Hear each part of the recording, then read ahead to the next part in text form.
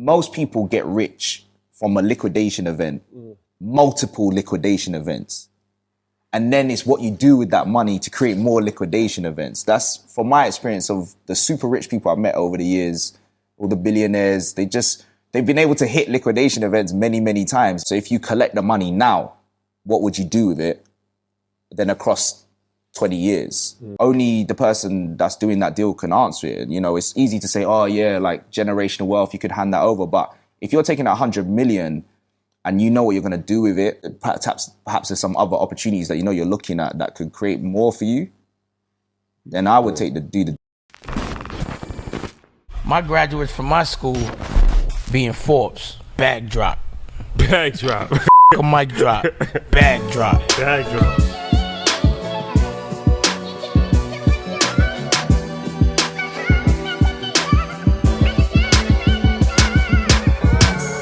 All right, guys, welcome back. EYL. We are live from the UK, United Kingdom, London. Yes, this is an amazing vibe. We just came off of our legendary networking event. That's an understatement, Shadi. Oh man, the queue was the queue was around the corner. 5 blocks long. Man's getting much love in the UK. Yes. 2,000 people, man. Shout out to everybody that came out last night. Tape, shout out to Tape. We're in the Tape House right now. So this is actually a full circus moment because one of the first people that I actually connected with online in the UK is my man, Jax Jones. So legendary DJ. Would you say EDM and techno? No, it's like house. House, yeah. House. Girl, house. Yeah, house. So Girl, you know about them ones. I know about them things. Yeah, them things there.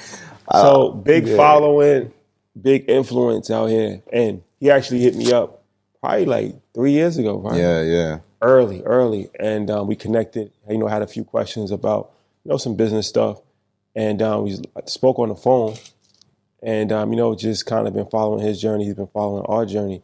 So when we was coming here, we connected and actually met in person for the first time a few days ago. And just good vibes. Good vibes. So I'm like, we want to shoot some content out here. Would you be interested in doing an interview? And he's like, yeah. So, it just makes sense because, like I said, from a music standpoint, killing the game. But also from a business standpoint, has a label, been in the game for a long time, travels the world, DJing, has a residency.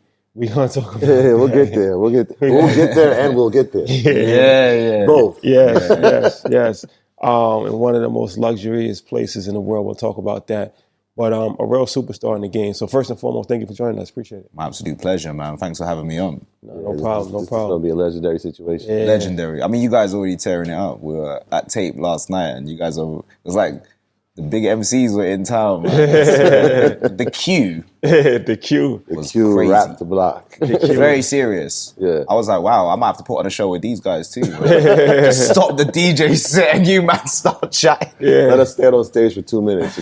No sound. I like it, man. You're doing good things, man. Appreciate it. And I actually, one of the reasons why I reached out to Rashad all those years ago was because of the content. Like, I think it's a really important message and there's not a lot of information presented in this way and how you guys do it so relatable. But with that entertainment behind it as well, it's sick. I appreciate it. Thank you, brother. So let's get into this convo. So, all right. So obviously, well-known DJ now. But where did it start? Like, how'd you actually get your start to scale? Because a lot of times I feel like, especially people in the music business, DJs, it's hard for them to really scale. Like, they might start off doing parties or working with, artists, but they never actually take it to the next level. Very few people actually be able to be successful and have a career, like you have. So how was you able to scale it? I mean, my main job title, I would say, is like a producer-songwriter who DJs, like, because that's the bit that I relish, is the creating aspect of it. And my journey to now, people see, we talk about like the residencies and people see like the successful aspects of it. Like today, right now, I think I sold something like, I don't know, like 45 million records across my career now.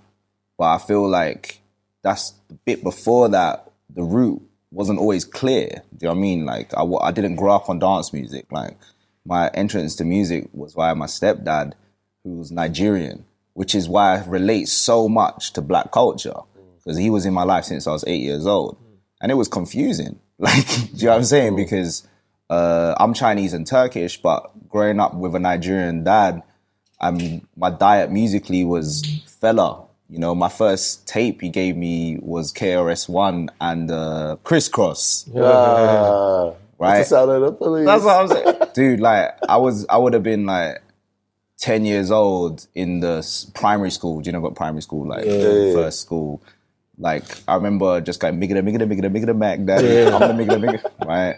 So, like, and then it was big R&B influences, dance hall.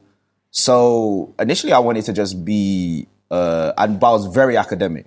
Like, I was good in school. Like, for those, if you know about GCSEs, like, I was a straight A student, had interviews to Oxford and all that kind of stuff. But I pursued music because that was what was on offer. You know, like, we were growing, my environment, you know, it was just that classic story. Do you know what I mean? Didn't have much. And you just wanted to get wealthy because you feel like that's how you can buy your way out. Like, you can buy your self-esteem that way. You can buy your identity that way. So, like, it was either that, finance. So I was reading all the stock books early, but I didn't have no money to put into it. I remember reading Rich Dad, Poor Dad at like 15. And I was like, okay, cool, this is all good, but I need funds, right? So music is where you saw the successful people. Do you know what I'm saying? Like, at the time, it was the American rappers. And then I just wanted to do that. And so I just chased it. And it was like every door was closing. You know, I got booted out of the house for it. You know, like it was very turbulent at home. So, you know, I started off literally in a shed. That was where I was living at the time, with a mouse running across I called him Ben after the Michael Jackson song. You named him. I named him. You have to get to be comfortable with the mouse. See him every day. Literally, he was just sprinting across the room. You know, and that was the hustle, and it's never left. Like, I was playing guitar for other artists, and I was in a band. I was signed to Atlantic for a few years, and I wrote a lot of songs, produced a lot of music. And then I just started Jax Jones maybe about 7 years ago. And the rest is history. Like. So it's interesting because you said that obviously Fela Kuti was what you were listening to, and then KRS-One. Yeah. But even like KRS wasn't, I mean, I grew up on that, but it wasn't like that's the guy as far as like a financial dream to be. And so who was it? Like, who was the American artist that you said, that's who I need to be? They have the wealth. He's the person or she's the person that we need to emulate. It was the era of the Neptunes, if I'm being honest with you. Pharrell, and that Jay-Z run, that whole time. Like, that's why, you know, we talk about watches. I've got the gold presidential. It's the least valuable Rolex out there in terms of investment. Like, everyone's getting the sports watches and stuff like, but this is what Jay-Z was wearing at that time. And it was just, they were like father figures at the time. Do you know what I'm saying? Because you look up to these guys. Jay-Z would talk about financial literacy at that time in his music, you know. And then Pharrell, I just like the fashion and the clothes, and then just the way he was able to just create music that was so memorable at the time. That was who I followed. Like, so I don't know, that I always stay close to that mentally. And I guess the modern sense of that was Kanye now. Do you know what I mean? Yeah, for sure. So you said you started producing. Did you start DJing first or producing songwriting first? Producing songwriting. Producing songwriting first. So what point did you transition to start DJing? That was around the SoundCloud revolution. So like at the time, SoundCloud was just going crazy in like 2012. And I remember I'd been dropped by Atlantic. I was in a band.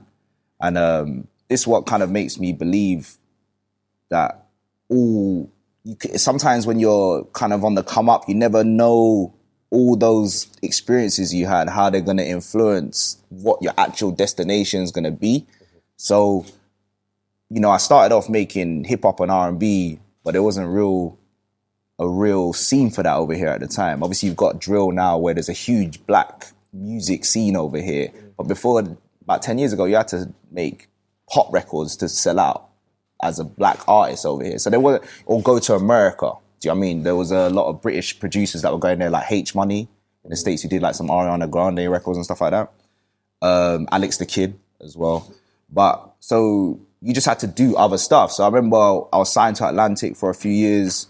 I wrote a lot of songs with some of the best songwriters around the world, and that really just honed my craft. And then when we got dropped, I had like my last 5,000 in the account, still trying to act like a big guy, but literally I was just trying to figure it out. And then SoundCloud, you had like the trap kind of EDM crossover happening. And I was like, okay, like I was trying to write songs for other people, but I didn't enjoy the idea that I could put all this heart and soul into something musically, and then the artists will just hold it forever, and you don't know what's going to happen to it, and you're not in control of that process. The only way that I could do that was to be my own person, and that was where DJing come into it. Like, it's something that isn't relying on what I look like. I don't have to, like, it's a bit more timeless. They have less of an expiry date. I just need to make music, and I can control all of it, and I can perform in this way. And that's where that decision came. I was literally just sitting in a dining room thinking, yeah, I might do this DJing thing. And then it started. Yeah, so 2000, that was, I remember the SoundCloud era. 2013, 12. But 2014 Yeah. was like a life-changing year for you. So the Duke Dumont, I Got You, goes to #1. Yeah. Big song. Yeah. I actually was listening to it. Pretty good song. Do you like it? Yeah, I like it. Do you recognize the sample? I don't. Ooh, it's Whitney Houston. Ah. My Love Is Your Love. There it Beautiful is. song. Now that you say it. That's a classic. That's a classic record.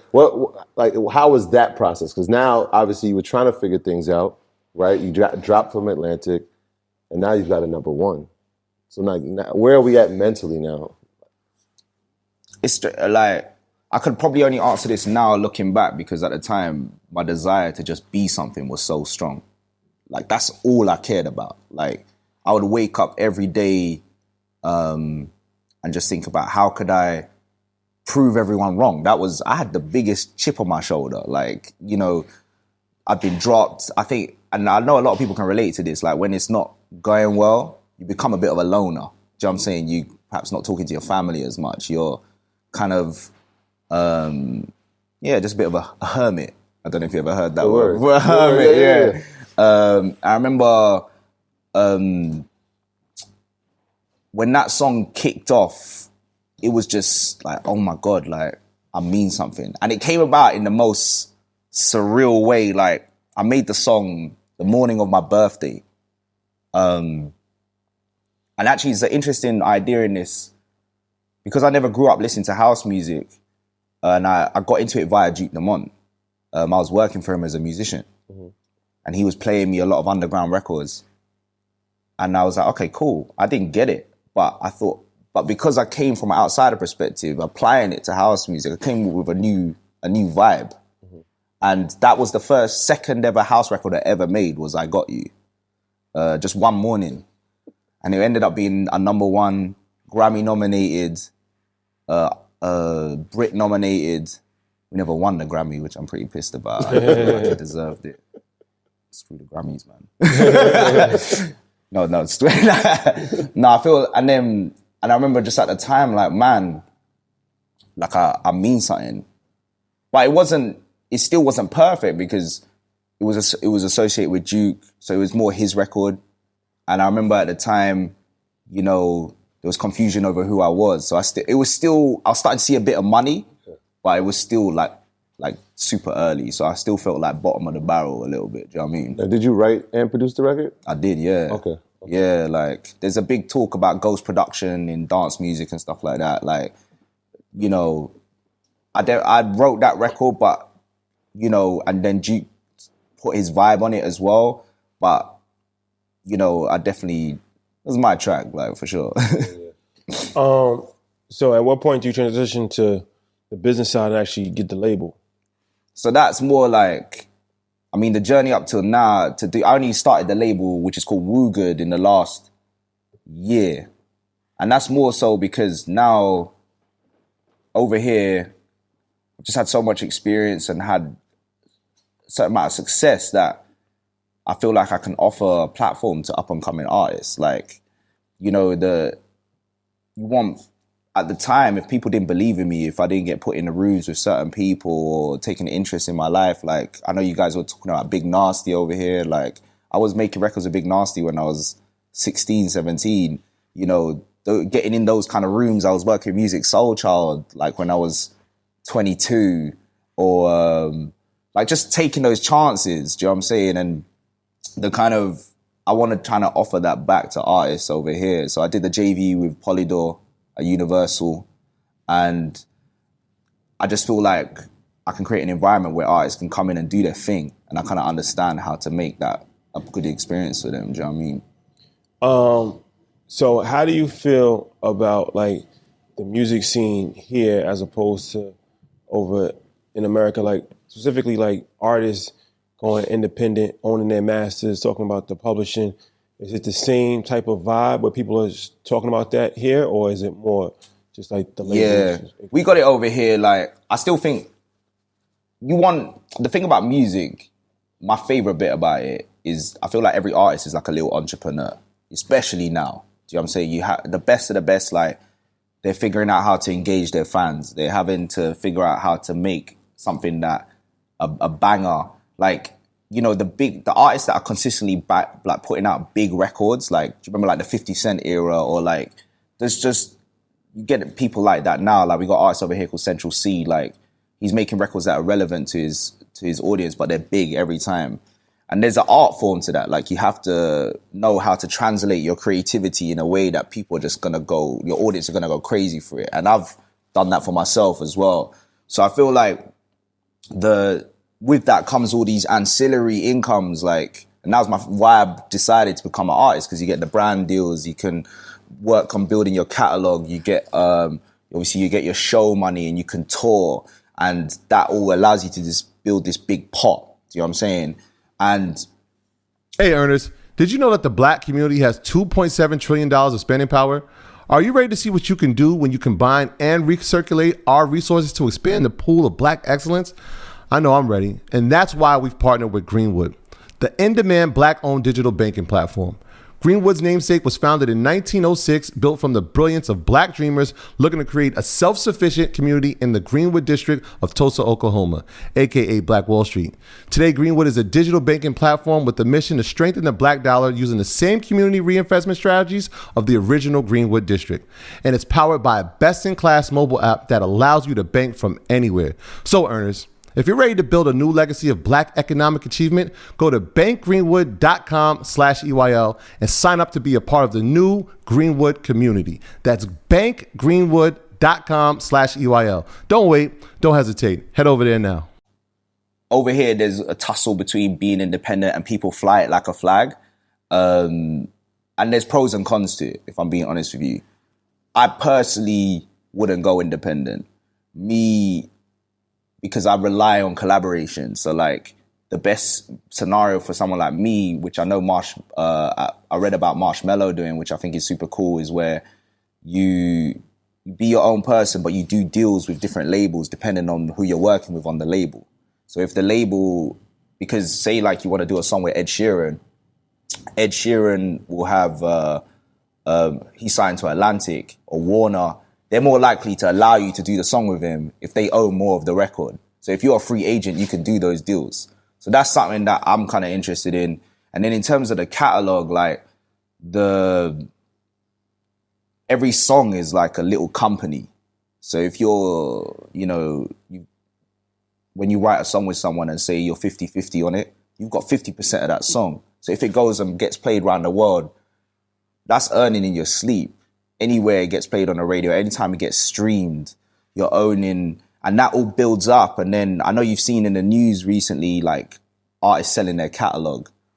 That's kind of like the big liquidation event that you could work towards after you've earned after you kind of built up all this catalog and your money over the years, you can sell it. And I just think that's a fantastic opportunity. And then you can put that into other things. So people should be writing their own stuff, perfecting their songwriting craft. And then in terms of owning their masters, like famous stories like Prince, like, and those kind of things, and their companies that I know, is it Troy Carter has a company where artists are able to own their own masters and stuff like that. Yeah, Steve Stout's got one as well. It's tricky, that world, because the machine you need to get that going, you have to be really on point, because the majors exist for a reason. Is because just the monopoly that they have on all the institutions. Yeah. Like if you plug in, like Drake's still on a major, like you just increase your profit share with them, but let them do all the work. Do you know what I'm saying? Because you just plug into their system, and there's an army of people that are built to exploit your record when it's successful. Whereas if you're independent, the bit that it's like I would compare it to being like, you know, like how everyone glamorizes being in the trap house, right?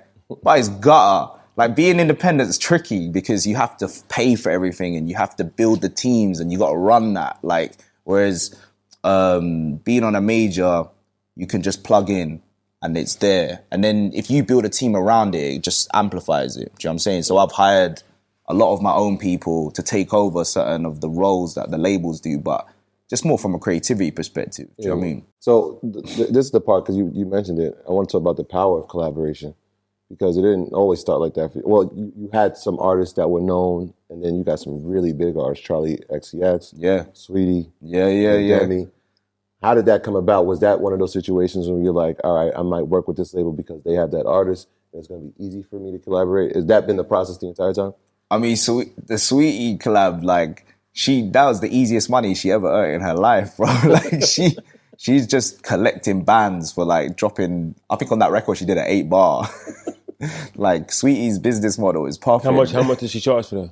I mean, the number she charged for that, I don't even, it's like just below 6 figures.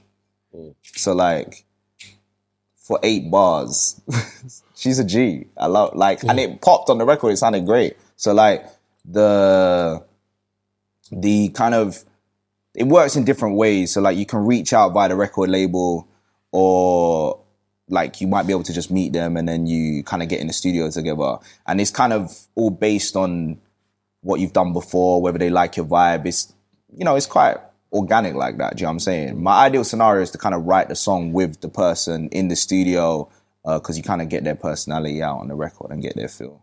So let me ask you this, as far as you spoke about artists selling their catalog. We saw it happen with Lil Wayne. I think he sold it for like $100 million, something like that. Yeah. John Legend recently sold his catalog. I actually posted it on our page, and a lot of people thought it was a bad idea. They're like, well, you're giving away a generational wealth. That's money that's going to last forever. But like you said, it is a way to have an infusion of capital.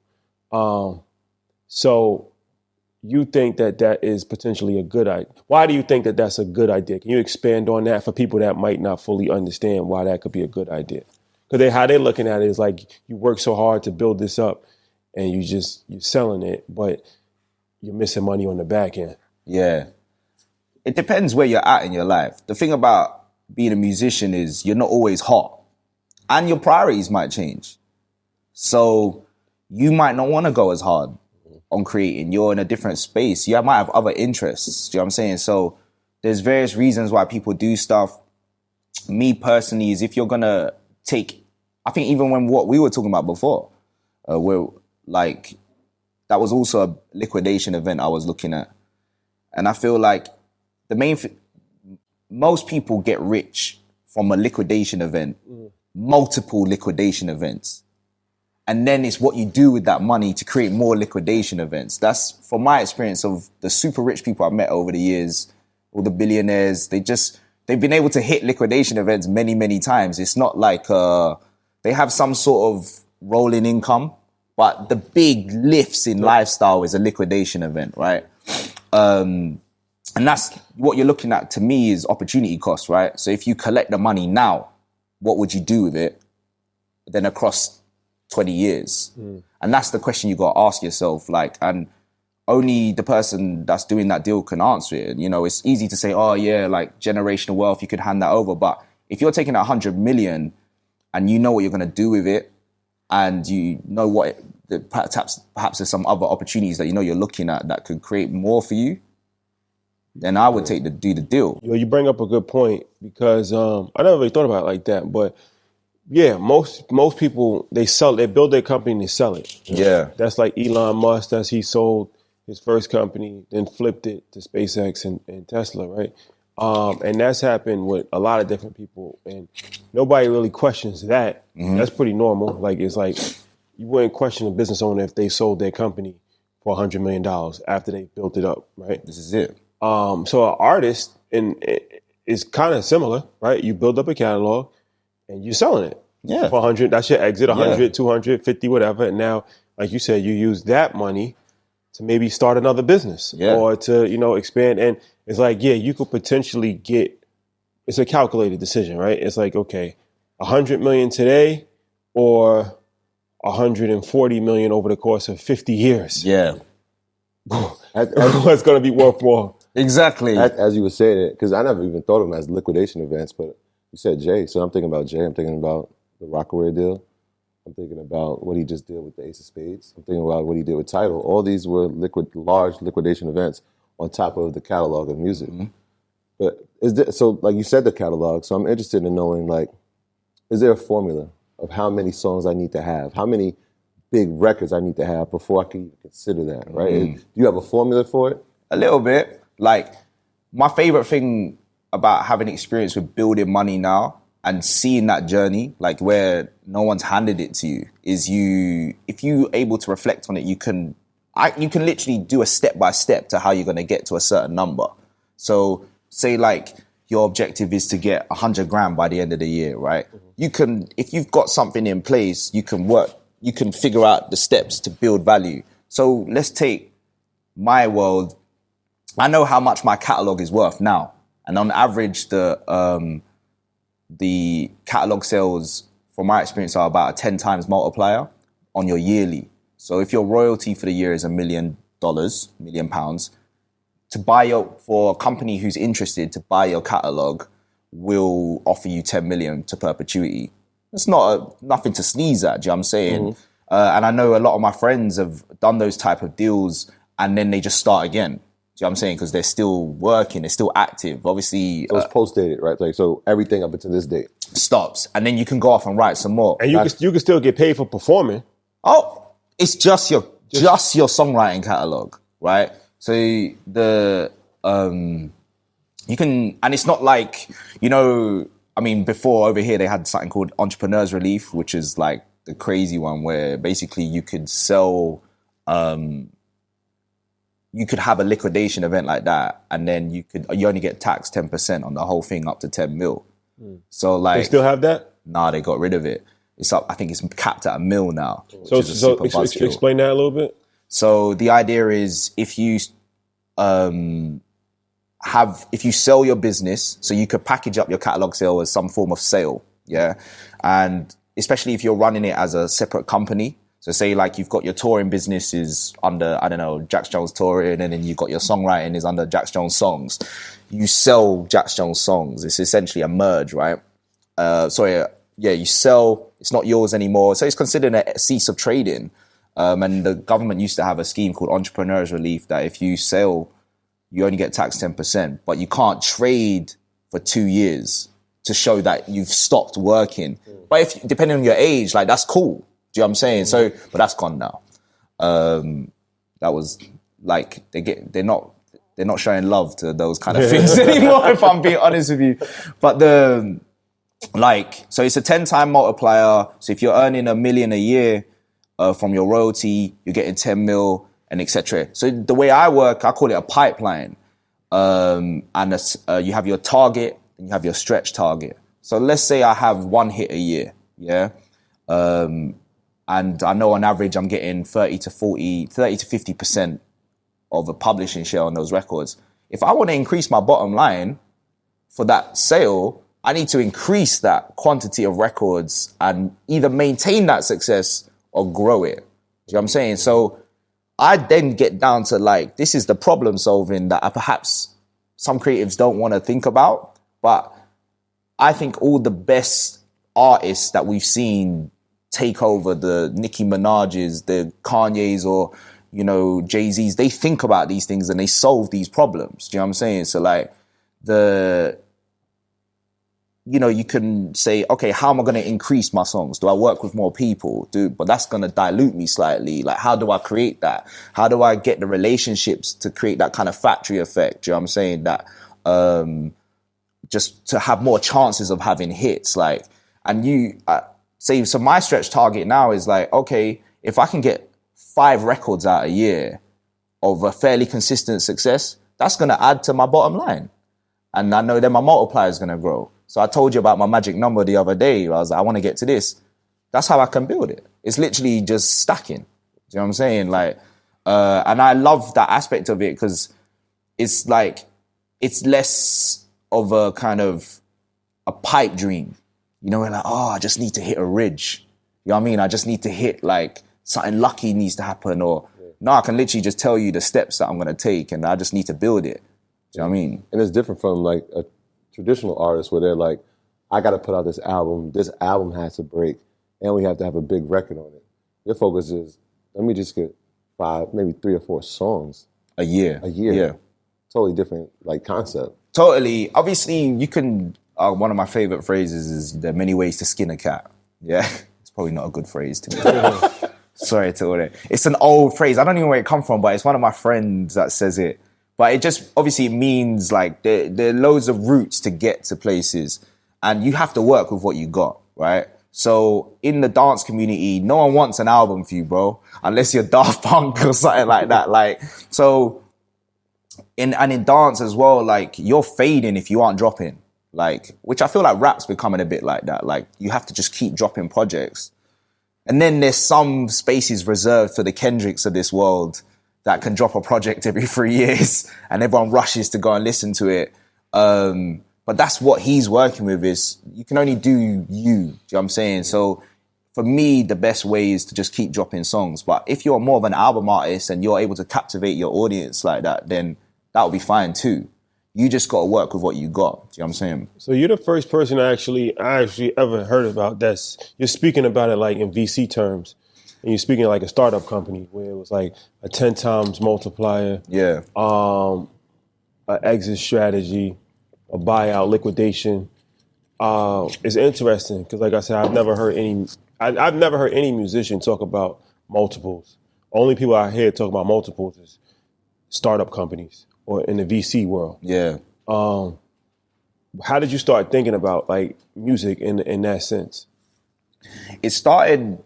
My grandfather was a classic. He lived in Malaysia, and he was that classic millionaire next door in Malaysian ringgit. So obviously, when you bring that back, but like he had a job and he saved, and then he invested, and then he built up his retirement fund, right? But that's what got me interested in financial literacy. Do you know what I'm saying? And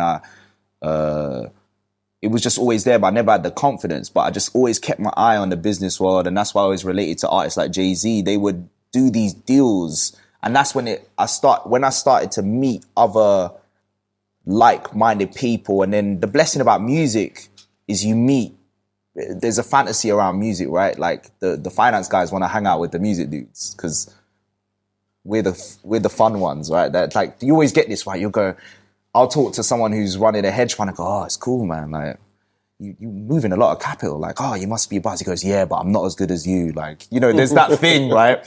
And, but the beauty of that is you meet these individuals that teach you their way of thinking. And then when I took a step back and actually you talk about Jay-Z with the rock-aware aspects of it, and like he's selling these assets. And then I've started thinking about it in terms of business and being entrepreneurial, it just started to click. And I think one of the biggest responsibilities you have if you want to make money, when you have money, you got to understand it. So that was just all of that process of educating myself and how to grow. And if you're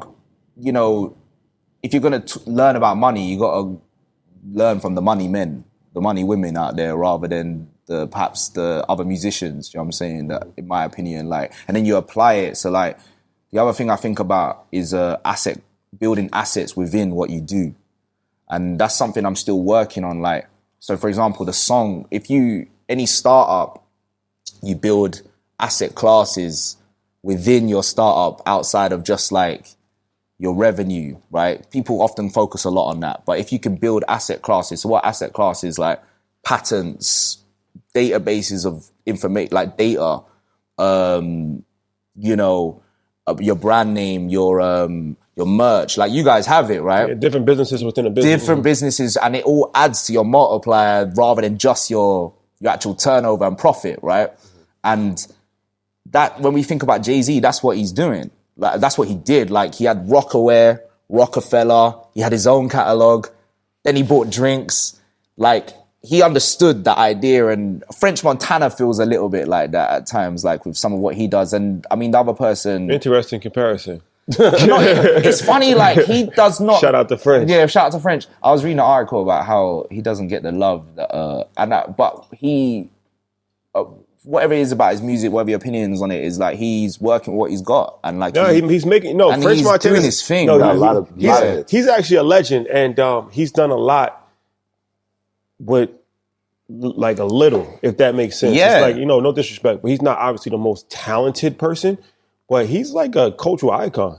Yeah, and then he's making the cookie stretch. Yeah, like he's using those relationships to learn and like figuring out how to double his money, triple his money. Who could I talk to? Like, when I found the Troy Carter interview you guys did so enlightening. Well, because this is a guy that was managing Lady Gaga, took her from zero to, I think, the third album. She changed, and it was huge, right?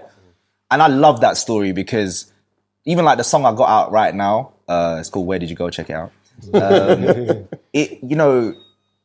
I had everyone, apart from my manager, my family, like, loved the song. I had everyone telling me that, what are you doing? We don't understand. Don't do it. And now it's becoming one of the biggest records in the country right now. And I heard that was the same for Gaga. And then Troy carried on that journey, and now he's gone off to invest. I know he was in on Uber early. Yeah, all that. All of that. That comes from building those relationships. And that's, I think, like, probably, that's what I'm kind of looking at now. I'm like, yo, how can I expand? Do you know what I mean? Yeah. So what was the deal with you working with the label so you're on Interscope for your label? No, I'm on Universal Polydor. So how was that as far as the negotiation and actually working out that deal as far as being a label owner? See, negotiation is so interesting because I went through my first like M&A process a few years ago, so I learned a few things like that. And with the label now, M&A, mergers and acquisitions, yeah. And like, I find negotiations so interesting because you have to controlling your momentum and what you want and where you want to end up and all that kind of stuff. But with the label, for me, I try to organize it in a way where it's an environment where the deal isn't too long. So if it's not the right place, we can leave. We own the brand at the end, so we can take it wherever we want. The length of time in terms of what we're doing with the label, we get the masters back after a certain period of time. It reverts back.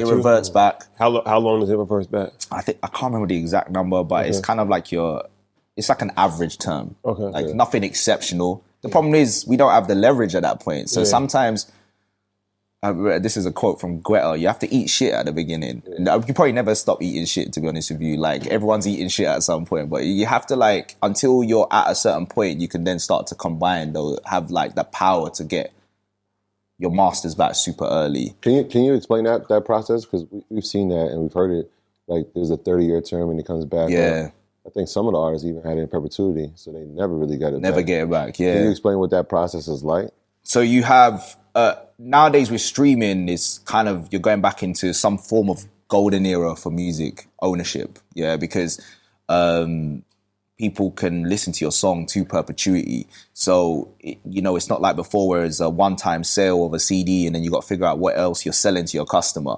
Your people can go and listen to records billions of times. Like, we look at Ed Sheeran or The Weeknd, do you know what I mean? Like, the numbers are on one platform, you're hitting like almost 3 billion streams. Like, That's a lot of money. And even if you just do the simple maths, he's made that company a lot of money, right? So for a label, it's within their interest to own the master to perpetuity. It's a huge asset class. It is all they care about. Like, I've seen emails from the lawyers, and obviously the beauty about being a label is I can see how they work. Like I'm dealing with the legal team as a partner from the major, so I can see how it works. And what they mostly concerned about is perpetuity. Like, I want the masters to perpetuity. And if you need the other ways that can work is just reducing that term. So like 10 years, 15 years, 30 years, etc. And they often have a sunset clause. So you get a part of it back, but then there's a little bit extra as well. The way you get around that is you need to figure out what's going to give you leverage. So if you've got a fan base going into your deal, if you've got some success already, so all the label are doing are amplifying you, you can then negotiate pretty hard. Like, you just got to know where you are. Like, it's easy sometimes, like, to throw headlines out. It's like, yeah, you don't want to do that deal. But if that's the deal that you need to get on, and that's what you're working with, then play that card and then just keep it as short as possible. And as a creative, you got many seasons in you, so just trust in that. Do you know what I'm saying? Well, you hope anyway. Yeah. What's the sunset clause? So sunset clause is these periods where once you're out of term, how long they keep the masters for. It's called sunset. Yeah, you have that in publishing deals as well. So like. But a lot of people don't talk about publishing deals, but like publishing deals are what we're talking about, selling your catalog, right? Yeah. So they give you a check to own your catalog or a portion of your catalog for a period of time, and then you have a sunset afterwards. Yeah. What you write in that time as well. You're in a unique position, right? Because you are an artist, but now you run the label. And so now are you educating the artist, or are you saying like, hey, there's still a business here. We still want to have these masters for 30 years. Or are you saying like, hey, this is what you can do? Are you the person that's doing that? Yeah, essentially, like, I tried to take on a mentorship role with a lot of the artists because I think it's so important. Like, I've got mentors now to this day, like people in tech, do you know what I'm saying? And it's interesting to hear how they describe my business because you can make connections and then come up with new ideas. So I treat my artists the same way. We have conversations and the negotiations, their managers are talking to our lawyers and all that kind of stuff, but I do also break it down. Like, even when an artist comes in asking for a big advance, I'm like, that's probably not a good idea because that's going to make me cautious because then I'm worried about what you're putting out. Because if it don't make me what I need to make on it, you might never get out the gate because I don't want to commit. It's better to do a deal that's like a nice, easy deal where, you know what it's like? If you pay a lot of money for something, you need it to go. So then that fucks the creativity up. Whereas if I feel invested enough where, okay, I've paid a decent amount of money for this song, but I'm also happy to let it see what happens. Do you know what I'm saying? Then I'm giving you freedom to be who you are. And that's the type of conversations that I have because I've just been through those experiences. Like, I've done the deals where it's like, we need to go for as much fucking money as possible. I need to get paid from this deal. And then everyone's scared to do anything because they put too much money on the line. So they water down the art. And I'm sure someone's done it. McKinsey or someone has done some curve between like the influence on capital on art and where that becomes counterproductive. Do you know what I'm saying? Like, because majors are essentially just VCs themselves. They're just jumping on like something that they think's lit. Do you know what I'm saying? And they throw their resources in it. Do you know what I mean? So like, I have those conversations and some people don't get it. Some people aren't willing to hear it, but I think perhaps they're not who I want to work with. Do you know what I'm saying? Like, and we kind of take that time. Do you know what I mean? So to sell your catalog, back to the selling catalog thing, I guess you have to own your masters to even sell your catalog, right? Or do you have to own your publishing? Like, to even be able in a position to actually even sell your catalog, do you have to own your masters or no? No, so when I'm talking about catalog sales, I'm talking about publishing sales. Publishing. Yeah. So Guetta has just done a famous one for 100 million as well. David Guetta. Yeah, he did one for 100 million. Bruce Springsteen did 500 million or something. What do we call it? Was it Tina Turner? Did she just do hers? She did. Yep, Tina Turner. Yeah. I mean, obviously, part of it is the perception of your music as well. Like if you, an artist that feels like the music's collected globally or in enough territories where someone who's going to buy the catalogue feels like they're going to get money over a period of time. Yeah. But you can buy songs like, I think Hypnosis is one of these companies. They trade like... Vert? Merc. Yeah, I think that's one of the companies too where you can actually buy. So, you could actually buy it. Like you could buy someone's catalog. Right. Exactly. Yeah. I think there was a gentleman who actually did that with Bodak Yellow. Yeah. No way. He bought it. That's fine. Early, like for like maybe a couple, like maybe 10,000. That's amazing. And it went diamond. So think about the That's a good investment. Right? Like just this young girl out the Bronx that he believed in. And he heard the record, was like, this is gonna go. And it went. Shout out to Cardi. Let's talk about, before we wrap, we gotta talk about Ibiza. So Ibiza, you have a 12-week residency? Yeah. In Ibiza? Yeah. I haven't announced it yet, but yeah. Can you talk about this? We can talk about it. All right.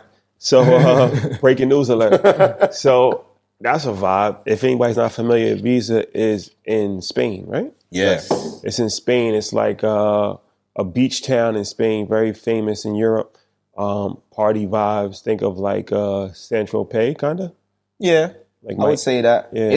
Yeah. It's just like all the best clubs in the. I would say it's one of the best places to party in the world. Like, If you're not familiar, don't worry. In a few months, you could just watch us be there. Just watch your story. With Jax, living that life. We can live right through. We're gonna be there for sure. Although I had to tell the guys like, you know, there aren't any hip hop and R&B clubs out there. Like, that's gonna be a little difficult. That'd be tough. I guess we'll stand in the DJ booth. Yeah, you just be living that life. Like, Jax, put something else on, bro. Just for one record. With like, our shades on. So, but how did that come about? Man, like, it's Ibiza is a really interesting. How do you pronounce place. it? I call it Ibiza. That's how you Ibiza, yeah. Ibiza. So we're saying it wrong? No, you're saying it correctly because with a Z. But being a South Londoner, I've changed it to an F, Ibiza. Okay. But like, it came about through my agent, and it's on David Guetta's night, and I got a relationship with David Guetta. I'm sharing the residency with Idris Elba. Oh, yeah? So it's a vibey. Oh, he DJs too, right? He DJs as well, too. man. He's nice, man. How long, so he's going to be out there for a long time too? He'll be so it's like, I don't know how long exactly the season is. So we're doing 1 month each, essentially. And it's in Ibiza, basically, which is an amazing club. There's even a DJ in the toilet, like a DJ in the bathroom? In the bathroom, yeah. So like they have a mixed gender bathroom and someone DJs in the middle. And Fatboy Slim, who's one of our big DJs over here, like he loves to play in that room. It's just a sick vibe. What month are you going to be there? I'll be there June, September, and I think there's some other bits in between. We got to come out there. And so Idris, like he'll do like August and then you'll do September? That's how it's working? Yeah, exactly. Gotcha. And the way I got it is through, I've got a relationship with David Guetta and then my agent as well. But, you know, I love the place because Ibiza's just got a real community spirit to it, despite it having such an influx of people coming to it. It's run by a small amount of people that are just passionate about music and they're passionate about nightclub culture and bringing those experiences for people. So I'm looking to get stuck in, man. We're going to be getting a villa there, bringing my whole family out, bring my whole team. We're just going to post up, doing some dinners, going and supporting everyone and just making the most of it, man, because, you know, it's a big look. Yeah, you brought up the family, so I guess we can end with the family. I want to talk about the song, I Miss You. Yeah. Happened during the pandemic. Yeah. Inspired by the family. Yeah. Turned out to be a pretty big record. Yeah. How did where were you at in the process of creating that song? I mean, with that, it's just, you know, I always write lyrics from the heart. You know what I'm saying? And perhaps this is what I was saying earlier about you don't know your journey. Like, because of my last deal where I was writing essentially rock music, rock pop, I bring that honesty in my lyrics to dance music and you can kind of feel that. So like, you know, I always just draw on those influences and I just wanted to make a record that was a little bit deeper. And so that was kind of where that song come about. But family's a big influence on me. Like, you know, it's probably what keeps me kind of always wanting to grow and just kind of grounded is because I don't really get caught up in the life. I'm not really trying to compete like, in that way. I'm competitive, don't get it twisted. Like, I want to be in the ring punching with the big boys in the charts. Do you know what I'm saying? I love playing that game. I love seeing all my stats, like all of that. Like Ed Sheeran needs to take a break. Like, just needs to chill out for a second. No let up. Do you know what I'm saying? Yeah, but for me, family just allows me to not get too like caught up in it. Do you know what I'm saying? It gives you a reason to get up and keep doing it. Do you know what I mean? So like, family is super important to me, man. Let me ask you a few music questions before we wrap. DJing. So DJing has become huge in your world. Not really so much the hip hop world. Yeah. But the house music, EDM, techno, where like you see the Forbes list of the highest paid DJs. Yeah. And these guys is making like $50 million a year. And they're doing shows with like 30,000 people. And there's no performer. Like the DJ is the performer. So how is that? You've seen that probably, like you've seen the evolution of that and you're in this space. So how do you feel about that? And like what actually made that become so popular as far as like celebrity DJs?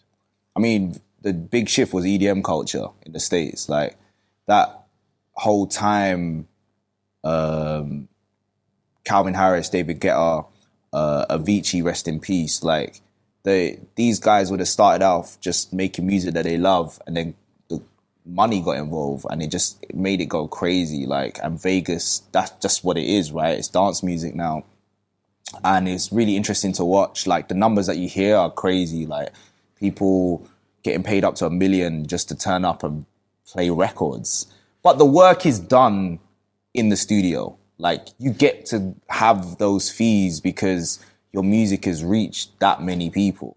Like, the DJing bit is just like the final output. Do you know what I'm saying? And then you can make it what you want. Like I know David Guetta, he works meticulously hard to make sure his set is unique to the point that you can't get anything he's playing unless you would come to the show. Even though he's playing his hits, but he'll play it in a way that you've never heard it before. So there's a lot of work, even though the actual process for that type of artist on the stage is, on the surface, will look easy, but it's all the work that goes into it.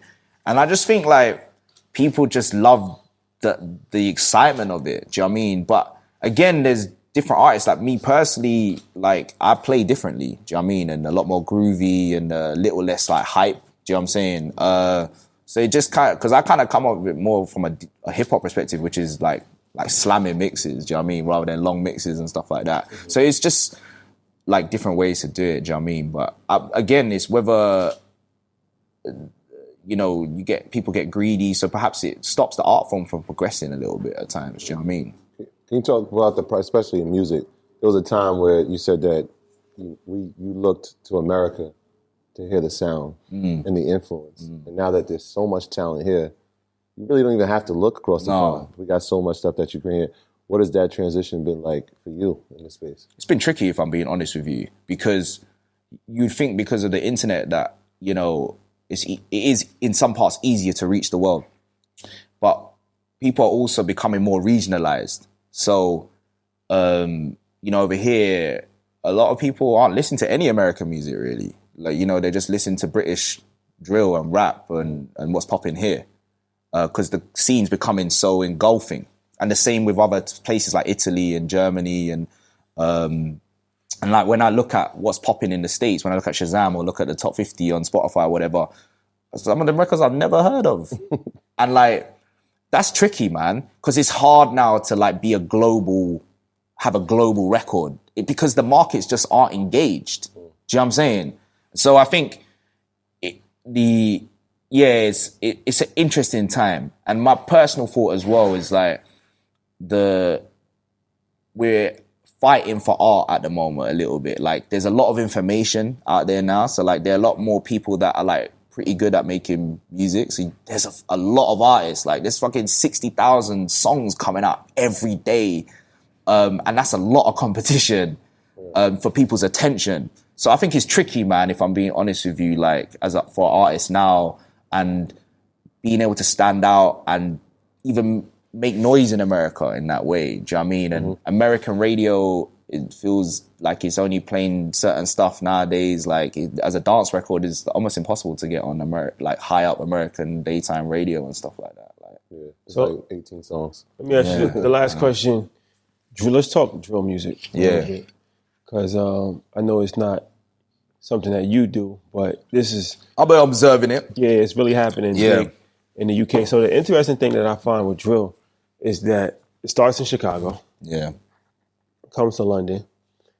And then it's like the wave in New York right now. Like all the young rappers, that's like the most popular. Like all the kids, like they listening to drill music. So when I'm analyzing this, Chicago drill doesn't really sound like New York drill. It's a little different. But New York drill sounds very much similar to London drill. Yeah. So as I was in London, I was asking a few people, and they said, well, one of the reasons is that a lot of the producers in London actually produce records for American New York drill. So what's your thoughts on that? Like, because I know the drill music is just, it's like a tidal wave, like, and it's just so popular. It's kind of dangerous because there's a lot of violence that's attached to it, right? But like you've seen the scene change in London, and we're seeing the scene change in New York, and it's crazy because it's almost identical. Like I said, even like I'm listening to it, I'm like, they sound like they're from New York. Yeah. And it's like very, very similar. So what's your thoughts on the evolution of drill music out here and the popularity of it? I mean, I can only speak purely as an observer because, like, I'm not making drill. Do you know what I'm saying? But I'm a fan. And I feel like, I mean, the first thing to be said is that drill, although it sounds violent, like it doesn't create violence. But the bit that creates violence is like the people who are making it, perhaps talking about real life events for themselves, and that creates the violence for the other people involved. But listening to drill don't make you violent. Like it's a bubbly vibe. Like I think what's so intoxicating about it is the flows. Like you can dance to a drill flow like on its own. It's like a different groove. Reminds me of dancehall, man. Do you know what I'm saying? It's very captivating. Super. And I rate all the British producers that are doing bits in the States for drill, because that's what I was talking to you about. Like when I was first starting out, to be in black music, you had to be in the States, basically. There was no scene over here. So like that's the beauty of the internet, that they can just send beats out. I know a lot of the rest in peace to oh my God, I've forgotten his name. The biggest drill artist in the world. Pop Smoke? Pop Smoke. Pop Smoke, rest in peace. Done by a lot of it was done by a British producer, right? So like, yeah, I just found that out recently. Yeah, like so it's sick, man. Like I think also because we've got like it reminds me a lot of grime in the sense that, do you guys know about grime? I got put onto that yesterday, actually. I got a whole education. Shout out to my guy Dayu. He gave me a whole and then there's another thing that came after that, right? Or something before that. You had like grime, grime kind of... Grime more of a vibe, like a party type of vibe. No, that grime is like pure industrial street music. Like it's gutter. Like it's meant to sound like trash. Who's the artist, the biggest artist in that? At the time it would be like Skepta, and then old crews like Roll Deep, DEE, Bruiser. Like these are all artists from back in the day, and it like the history of it is well documented in books by there's a DJ called Target who's written a book about it. It's probably one of our you come up with genres, so we had drum and bass as well. It's something that we created. And I started out making grime as well. And the reason why drill reminds me of it is just got that cold vibe to it. It's quite a cold sounding music. Do you know what I'm saying? Like very digital. Do you know what I mean? And so that I feel like that's why the British producers over here just have that in our soul, man. So it's very natural for them to make drill music, man. Where does Giggs fit in that? Is he grime or is he? Nice rap, I would say, yeah. Wait. That's Giggs calling. That's Giggs calling. Are you getting Giggs on the pod? Hopefully.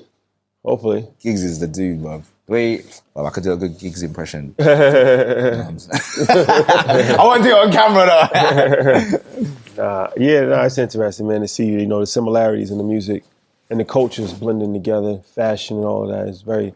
One thing about traveling the world though is you see how people's environments shape the culture of what they like.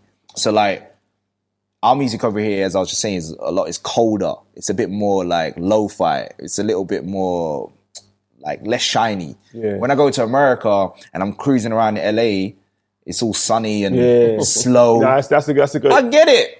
Like they don't want that stuff. Do you know what I'm saying? Nah, because you in LA, it's you know, palm trees and bomb trees. That's so what I'm saying. It's like that was even like that's their vibe. Like, you know what I'm saying? Like even going back to Snoop, Dre, even before, like that's their vibe. And then New York has always been gritty because like that's the city. Like, you know what I'm saying? It's a gritty city. And I can understand why London would be like that because, you know, it rains a lot, it's overcast, it's cold.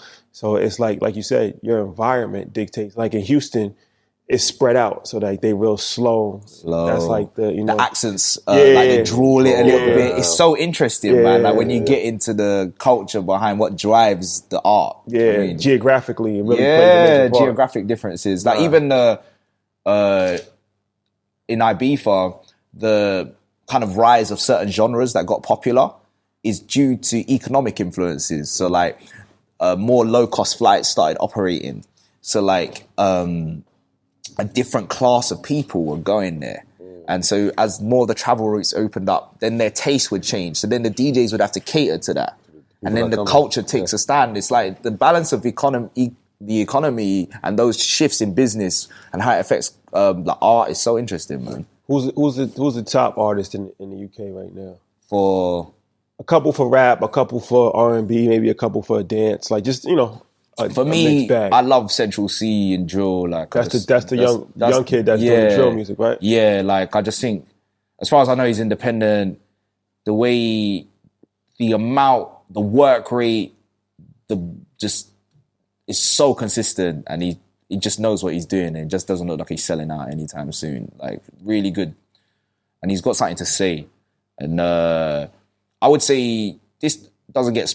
I mean, he gets his flowers, but like I just think Ed Sheeran is just a mammoth. Yeah, he's an absolute but this guy is actually probably the most productive musician like right now. Like he's just knocking out songs for everybody and then just hitting hard himself as well. Like whilst being a dad, like it's actually insane. I mean, that's one thing though, like I would say is what I noticed about Ed in terms of what he does, he sticks to it and he just hammers it. Like he writes songs and that's what he concentrates on. I know he's got his own investments that he's doing, which if you ever talk to him, I let him speak on that. But you know, he's worked his money well, but he gets up and he just knocks out what he's really good at. And that sometimes that one-dimensional, like narrow kind of scope, he's not trying to go off and do crazy brand deals. Sometimes that is the most productive thing to do, man. Do you know what I mean? So I really respect it, man. Well, it was a pleasure, my brother. Likewise, Thank you for joining us, man. I really appreciate it for sure. What would you like to tell the people? I know you got, you know, a new song out. Yeah. So I guess let them know that. Social media, any information, projects, anything like that. To Cam? Yeah. What's up? I'm Jax Jones, and you can check me out. If you want any advice, whatever it is, just hit me up at Jax Jones on all my socials. I got a new song out with Emanike called Where Did You Go? It's a bubbler. Big up, man. Troy, housekeeping items? Yo, shout out to the UK Massive, man. This has been an incredible trip. Something that we will remember forever, but we're going to be back to make more memories. So shout out to all of y'all. Shout out to Jax. This is a real one right here, y'all. So shout out to him and his whole team. And shout out to all the earners that showed up last night and that we got to meet and talk to. And shout out to our UK team out here. It's been incredible. And shout out to everybody that supported the merch. And thanks for rocking with us. Yeah, and definitely more UK content to come. EYL UK division soon come.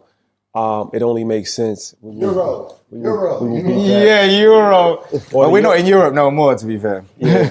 Brexit. Yeah, Brexit, baby. The Brexit. So yeah, more content to come for all different parts of the continent of Europe. But right now we in London, so we focusing on the London Massive. So once again, thank you for the hospitality. We appreciate it. Thank you guys for rocking with us. We'll see you next week. Peace. My graduates from my school being Forbes, bag drop. Bag drop. a mic drop. Bag drop. Bag drop.